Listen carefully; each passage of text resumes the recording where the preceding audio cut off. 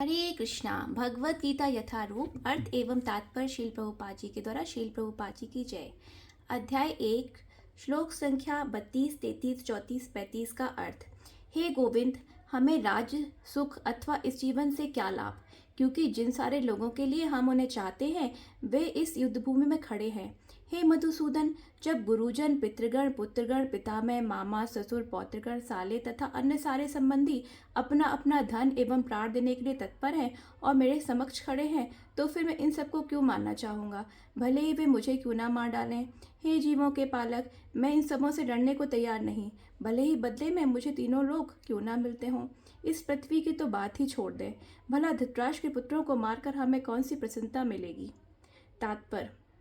अर्जुन ने भगवान कृष्ण को गोविंद कहकर संबोधित किया, क्योंकि वे गौओं तथा इंद्रियों के समस्त प्रसन्नता के विषय हैं। किंतु गोविंद हमारी इंद्रियों को तुष्ट करने के लिए नहीं है। हाँ, यदि हम गोविंद की इंद्रियों को तुष्ट करने का प्रयास करते हैं तो हमारी इंद्रियां स्वतः तुष्ट होती हैं।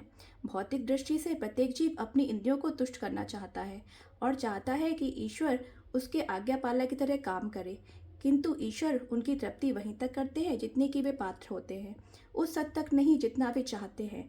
किंतु जब कोई इसके विपरीत मार्ग ग्रहण करता है, अर्थात जब वे अपनी इंद्रियों की तृप्ति की चिंता किए ना करके गोविंद की इंद्रियों की तुष्टि करने का प्रयास करता है, तो गोविंद की कृपा से जीव की सारी इच्छाएं पूर्ण हो जाती हैं।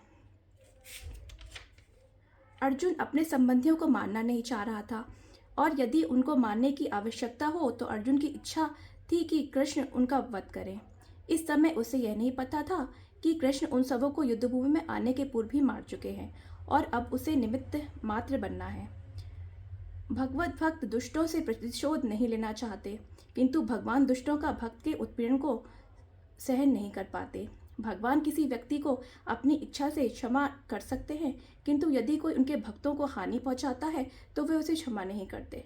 इसलिए भगवान इन दुराचारियों का वध करने के लिए उद्धत थे, यद्यपि अर्जुन उन्हें क्षमा करना चाहता था। हरे कृष्णा।